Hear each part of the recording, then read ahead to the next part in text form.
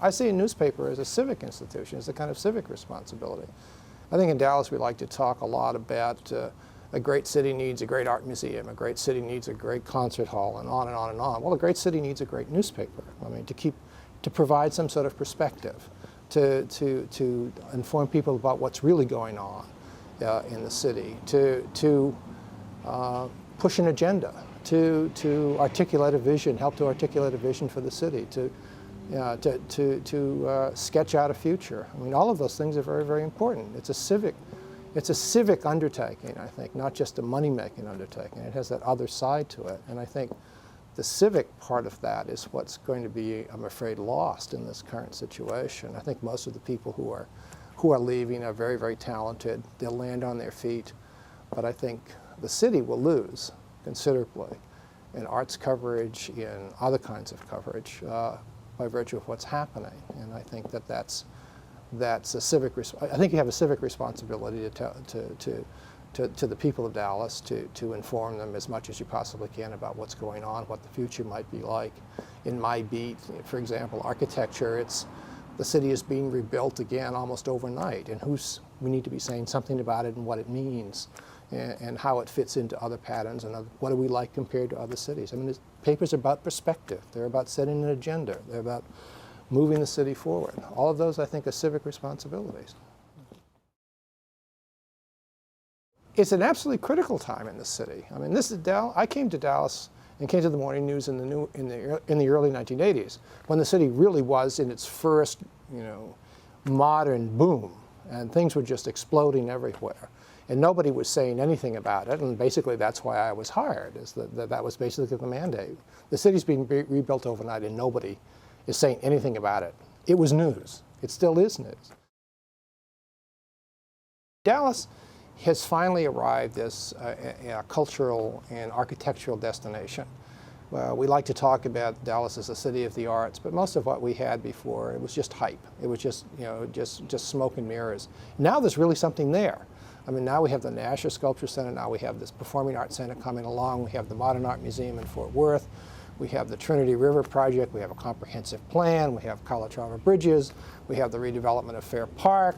I mean, on and on and on and on. This is not the time to be silent. This is the time to be engaged and involved. Well, when I came in the 80s, I had no journalism background at all. I was an academic, and I had been teaching at SMU. And then I left SMU, and I was writing.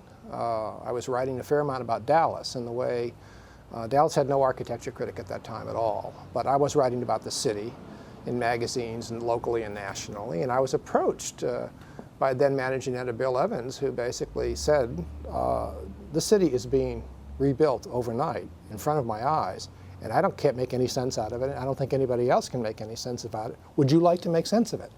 I think some of those frontier myths are true. I mean, if I were in Boston and New York, there would have been 50 people in line for that job. And here, there was an absence of precedent as one of the most, one of the great things about Dallas. I mean, nobody they'll take you at your word and let you try it out. And so that was what I was brought in to do. And, but what was interesting was that I was allowed and encouraged to throw as wide a net as possible. That I wasn't simply to write about buildings, I was to write about the city.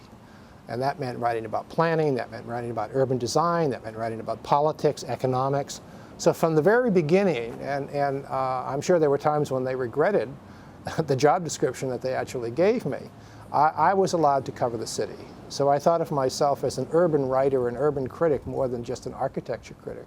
And by and large, that's been true all the way through my career here.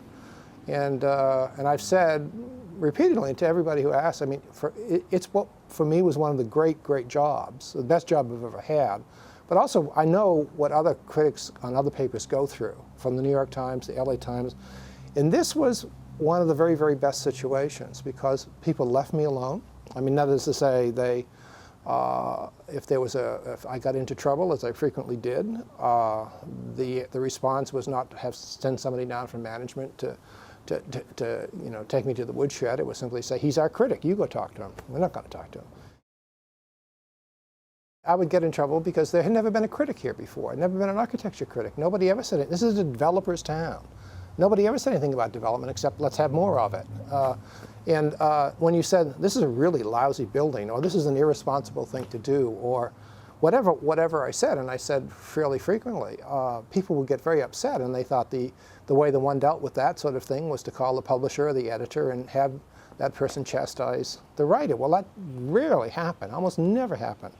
And I was, so eventually either, I can't tell if they got used to me or I just got soft, but I mean, there was a kind of a balance struck at some point where I was simply allowed to have my say, and I appreciated that. And I tried to do that responsibly. I recently wrote an article about Performance Park, which is a new public plaza that will connect the Opera House, the Meyerson, the new theater, and the Arts Magnet High School. And I gave it a very harsh review. I thought it was not up to par. It was underworked, and I said that very clearly and bluntly. This Performance Park, which I thought was simply subpar, I actually referred to as a miniature golf course. So in the past, somebody would have gone right to the editor or publisher and said, you know, how can he possibly say that about us, or we're a civic organization, we're trying to do good in Dallas, on and on and on. This time, the public relations person for the Performing Arts Center brought me over a putter, a golf club, a putter, and gave it to me. And I thought both it was very funny and really classy. And I thought it was a mark of both respect and also of just good, healthy give and take. And I really appreciated it. And it was nice to have it as almost the last thing I received at the paper.